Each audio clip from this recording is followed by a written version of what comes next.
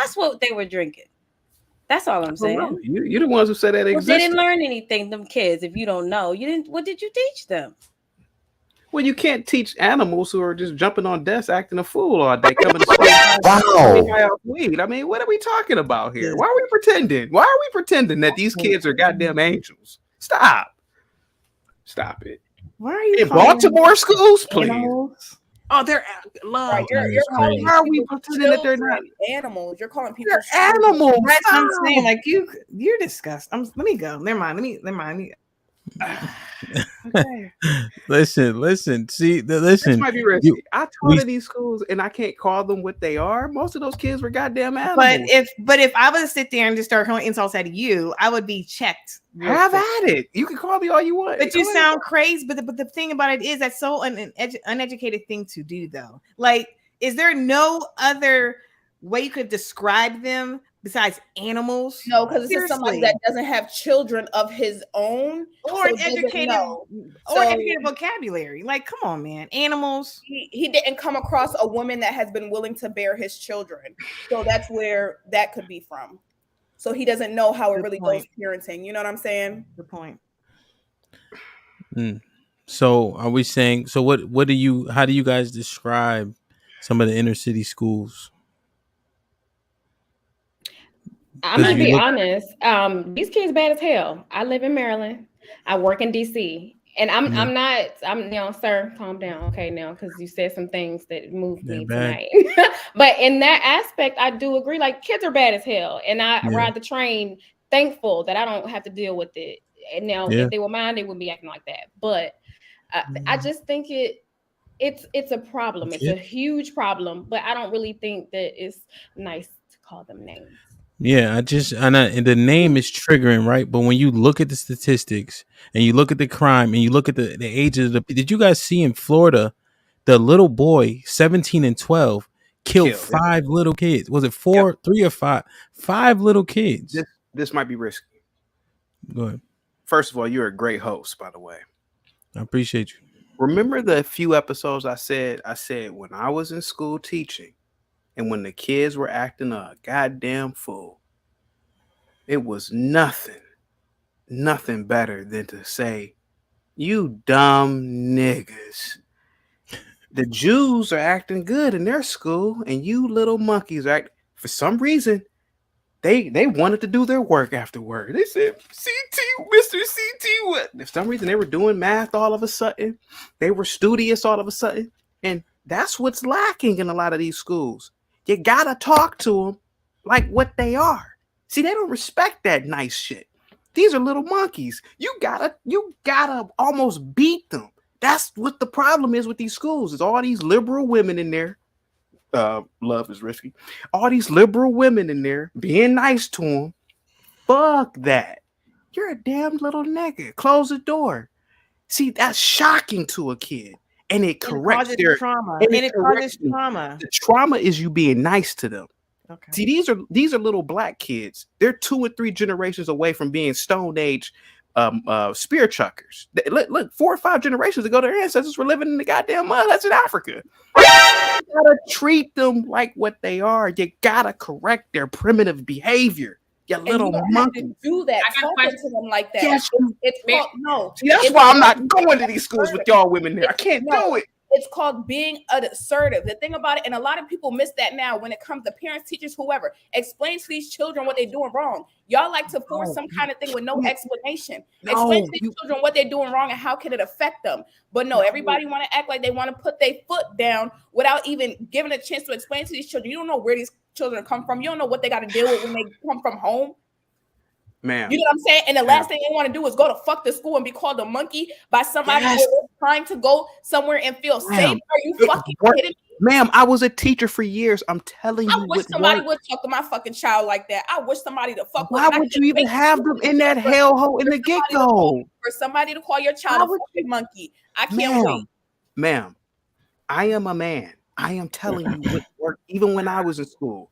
When those old school black male teachers in the 90s used to close that door and having all these little niggas touch every wall in the room. Didn't I tell you to? And the kid, all of a sudden, he'll be good for 2 or 3 weeks. These schools are out of control because of you women. And I'm being personal now with women on the panel. Because of you women. You cannot talk to those kids like that. You gotta be brutal with them. They're little nigglets. I'm telling you. No, Hey, the lack of strong men. This might be risky. Now They're you see why I said that you gotta pay black men $250,000 a year. You gotta deal with women like this. This is what I had to deal with when I was teaching. I used to be in these meetings and women like this. we're letting you speak. Love is risky, particularly. They be looking at me like I'm crazy. They thought I was crazy. And I said, no. When I caught them niggas, they turned into Einstein because it was so shocking to them. You dumb niggas. It wasn't shocking. It was fear. It wasn't No, shocking. it wasn't. That's what it was. It was fear. It wasn't shocking. It wasn't shocking. Like, So- let's be real. You don't get I it. work for This all might be types of risky. They kids. don't get it. Kids They don't- foster homes. Chaotic. You don't get it. This might be all risky. that. How I don't get it if I work with kids as well, but I also have kids. They don't You get it, don't man. know what it's like to So, parent. in Like- terms of anecdotal experience, and then you guys maybe could dismiss this because it's a sport, but I coach high school football, right? And the school's big, 5,000 kids. You get 10 D1 kids a year. And then the school is 99% black. So you could ask the kids, ask the other coaches. I'm the hardest on the kids. Yes. I curse them out. I don't play with them, right?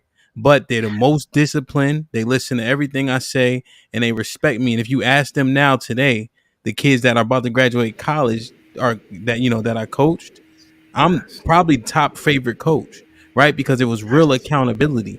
And I do old school, grab them by their helmet, throw them around, suspend them if they didn't say sir for, a quarter or a half, right?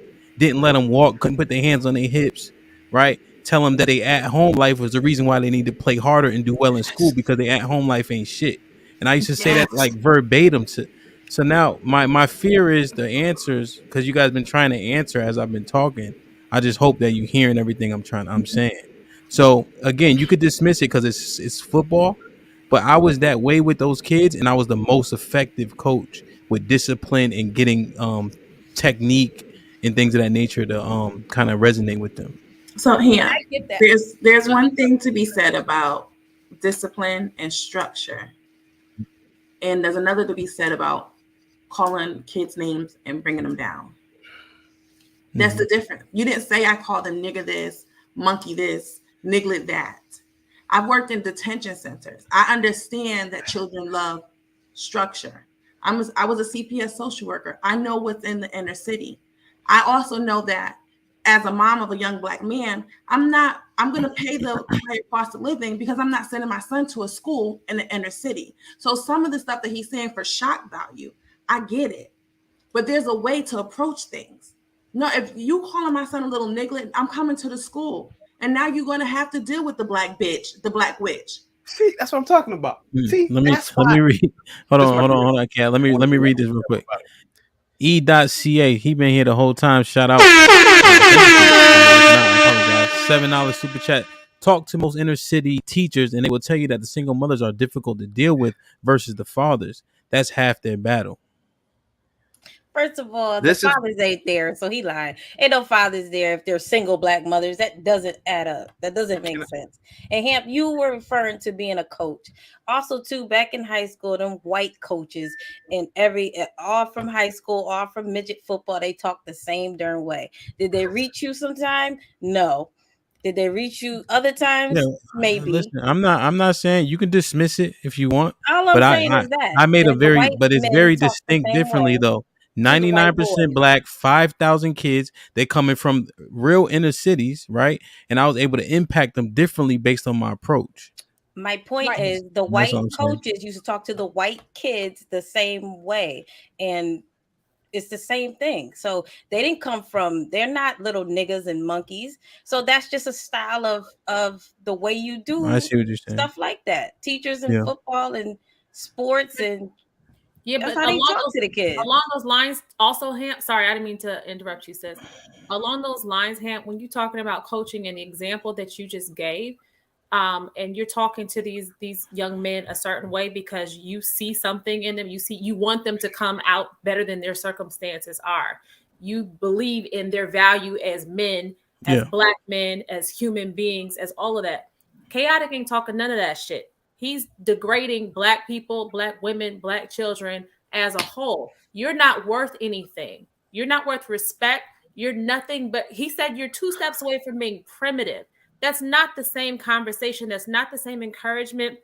It's not the same approach that you're taking when we're talking about coaching. So I hear what you're saying, and I'm not dismissing it by any stretch of the imagination, but he truly, to his core, believes that certain groups of Black people in particular are not worth a damn, and they're not worth anybody's time of day because you are less than whomever.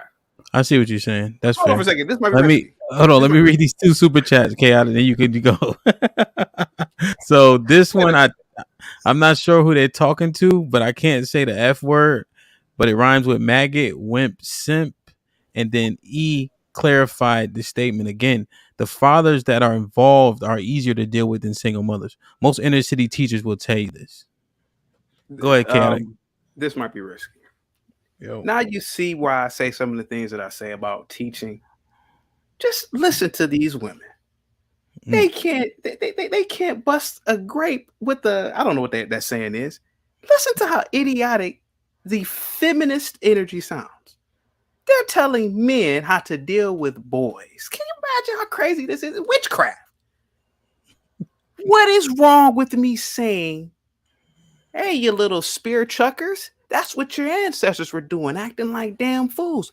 Am I lying? What were their ancestors doing 500 years ago in Africa? Weren't they not spear chuckers? Ancestors? Wait a minute. Are we talking about ancestors? That's ancestors. You are worshiping. Wow.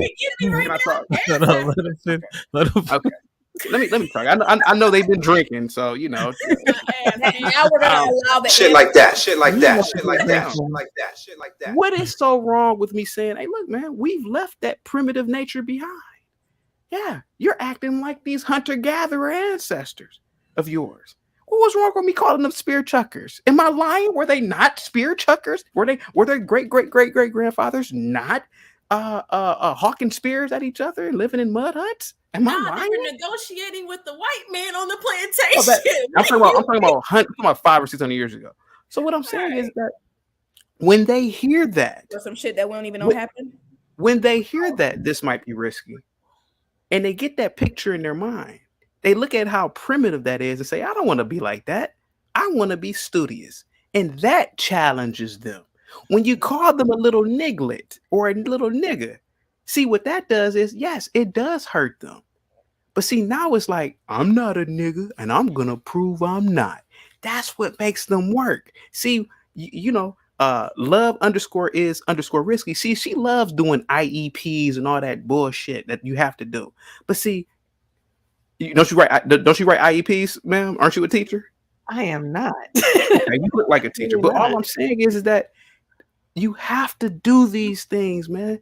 Because, man, all that talking nice to them and coming up with little plans, and that's bullshit. You're dealing with they're animals a lot of the time, and a lot of times they will attack you. That's what I've noticed. No offense. See, y'all being nice. See, they'll be the first to attack. I worked in Blue Cousin, my best friends in the chat. I worked at a behavioral, at-risk behavioral, like alternative school, right, for kids. It's like a last resort school. We had to, we were trained to restrain the kids. Those nice teachers, particularly women, being nice to them, they would attack the women. Do you think that they would attack my crazy ass? You know why? I said, if you think about attacking me, one of us ain't going home. See, you got to put the fear in those little monkeys, black or white. You got to put the fear in them. You can't be nice to them. They'll rob you. They'll steal from you. They didn't bust my car windows. Blue Cousin to tell you here in the chat. They didn't bust my car windows.